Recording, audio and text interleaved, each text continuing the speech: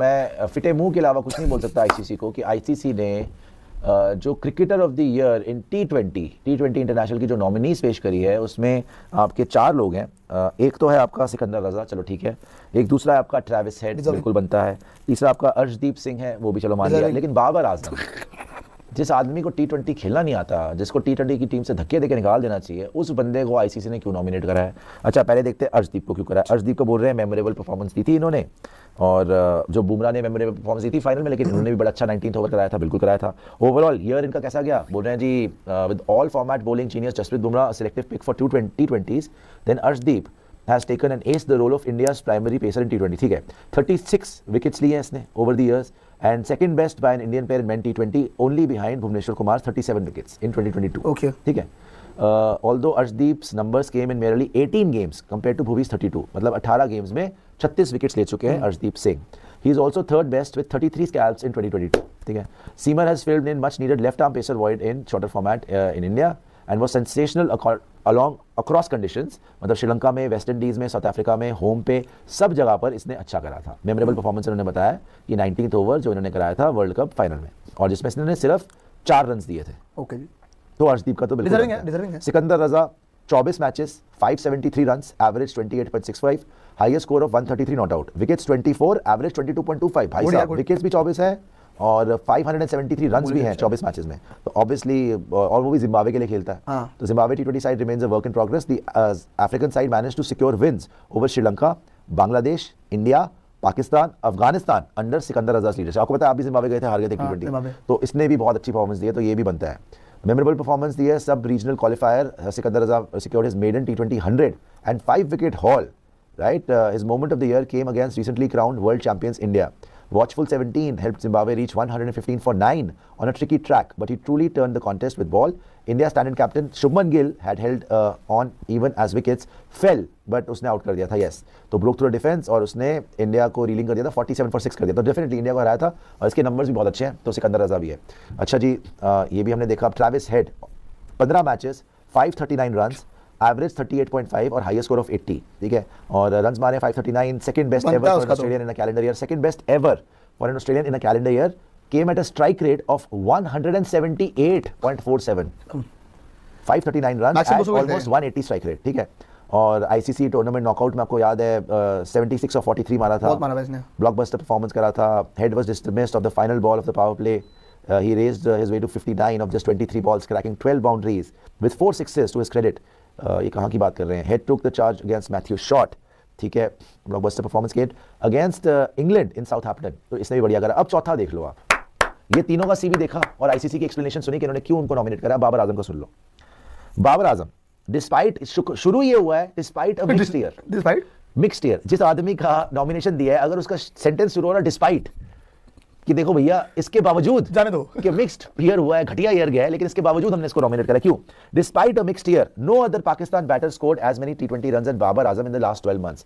तो ये बेसिस है आपका नॉमिनेट करने का कि पाकिस्तान में किसी ने इससे अच्छे रन नहीं बनाए। वाह, वर्ल्ड स्टेज पे करो ना आप। With 650s and close to 100 boundaries, Babar was Pakistan's main player, mainstay, improved his strike rate with the batter clocking 133.21 runs every 100 deliveries. क्या है यार, 133 की स्ट्राइक रेट है और नॉमिनेट कर रहे हैं यार। इसके मैं बताता हूं, have they gone mad? उसके 24 मैच में 738 रन है T20s में 2024 के अंदर। So still only 30. Babar is trying to break Rohit Sharma's record as the highest run getter in T20 cricket soon, sitting just behind Indians mark of 4,231 runs. भाई मेरे, strike rate भी कोई नाम की चीज होती है। शर्मा जी से यार, during the preparatory tour of Ireland memorable performance में आयरलैंड दी हुई है। मेमोरेबल परफॉर्मेंस अर्शदीप की थी वर्ल्ड कप, उसकी थी इंग्लैंड अगेंस्ट, सिकंदर रजा की थी अगेंस्ट इंडिया, इसकी दी हुई against Ireland Babar Azam. During the preparatory tour of Ireland prior to T20 world cup, Asian side suffered a shocking loss in the first T20. A win followed, but the team in green needed a series win to boost the confidence. Then their then captain Babar came good, leading the side in a chase of 179 after early loss of Saib Ayub. Babar slammed 75 from 42 balls against Ireland. बेशर्मो, इसको nominate करा because उसने Ireland के against run मारे हैं। और world cup में क्या किया था? अर्शदीप का वर्ल्ड कप गिना रहे हैं, ट्रेविस हेड का दिखा रहे हैं वो अपना इंग्लैंड के अगेंस्ट, सिकंदर रजा का दिखा रहे हैं इंडिया के अगेंस्ट, इसका दिखा रहे हैं अगेंस्ट आयरलैंड। यार इनको बिल्कुल शर्म नहीं आती, जो प्लेयर T20 का प्लेयर ही नहीं है। मेरे ख्याल से आईसीसी ने गोरख धंधा कर रखा है, आईसीसी ने गोरख धंधा कर रखा है कि वो चाहते हैं कि दुनिया बेवकूफ़ बनती रहे और बाबर आजम T20 खेलते रहे और पाकिस्तान हारती रहे। तो मुबारक हो जी, ये आपकी 4 नॉमिनेशन है, इसमें से जिसको जिताना है बता दीजिएगा। और मेरे हिसाब से तो अर्शदीप और एक सिंह आप जीत रहे हैं। Hardik Pandya T20 2024 352 runs with average of 44 and strike rate of 152 and 16 wickets with an economy of 8.23 and consider तक नहीं किया भाई साहब ने, हार्दिक को कंसीडर तक नहीं किया। हार्दिक पांड्या इतना तगड़ा खेला अजीब है, बात है, उसको करते ना। नॉमिनेशन नहीं मिला। बुमराह इतना सही खेला है, उसको नॉमिनेशन नहीं मिला। रोहित शर्मा ने वर्ल्ड कप जीता जीता है, उनको उसको नहीं मिला। नॉमिनेशन नहीं मिला। Virat Kohli player of the final गया, उसको नॉमिनेशन नहीं मिला। Bumrah player of the tournament गया वर्ल्ड कप। फिर सूर्य को बना लेते ऐसा तो सूर्या नंबर 1 चल रहा है T20 पे तो बादशाह हो। बुमराह T20 वर्ल्ड कप में प्लेयर ऑफ द टूर्नामेंट है, उसका नॉमिनेशन नहीं है। सूर्या का नॉमिनेशन नहीं है। लेजेंड लोग हैं यार। बाबर आजम का, बाबर आजम जैसा प्लेयर जो T20 में काली पहाड़ी का नेवला, उसका जगह नहीं बनती, T20 में का प्लेयर ही नहीं है वो। 133 की उसकी स्ट्राइक रेट 130 की, उस आदमी को नॉमिनेशन दिया आईसीसी ने कि best T20 player of the year 2024। शर्म से डूब मरो, फिटे मुंह तुम्हारे। आयरलैंड के सामने, आयरलैंड, और रीजन क्या दिया कि आयरलैंड के सामने बड़े अच्छे खेले थे जी। बिस्मिल्लाहिर्रहमानिर्रहीम, अस्सलाम वालेकुम। नाज़रीन कराम, इंडियन मीडिया जो हमेशा बुग़्ज़ पाकिस्तान में हर हद क्रॉस कर जाता है और पाकिस्तान की कामयाबी इंडियन मीडिया से बिल्कुल भी बर्दाश्त नहीं हो पाती।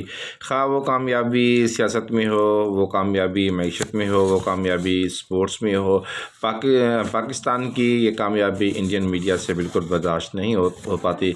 इस वक्त पूरे भारतीय मीडिया पर एक आग सी लगी हुई है। बाबर आजम को लेकर बहुत तनकीद की जा रही है क्योंकि आईसीसी ने प्लेयर ऑफ द ईयर 2024 के लिए बाबर आजम को T20 का बेहतरीन प्लेयर करार दिया है, जो कि भारतीय मीडिया से बर्दाश्त नहीं हो पा रहा कि आईसीसी ने बाबर आजम को किस बुनियाद पर प्लेयर ऑफ द ईयर के लिए नामज़द किया है। हालांकि भारत से भी एक प्लेयर को नामज़द किया गया है, इसी तरह ऑस्ट्रेलिया से, जिम्बाब्वे से भी नामज़द किया गया है, लेकिन उनको सिर्फ पाकिस्तान और बाबर आजम से मसला है कि उनकी सिलेक्शन क्यों हुई है। और अब भारतीय मीडिया में एक आग सी लगी हुई है और भारतीय मीडिया ने आईसीसी को बुरा भला कहना शुरू कर दिया है। आईसीसी को गलीज़ तरीन गालियाँ देना शुरू कर दी हैं कि उन्होंने बाबर आजम को क्यों कर सिलेक्ट किया है।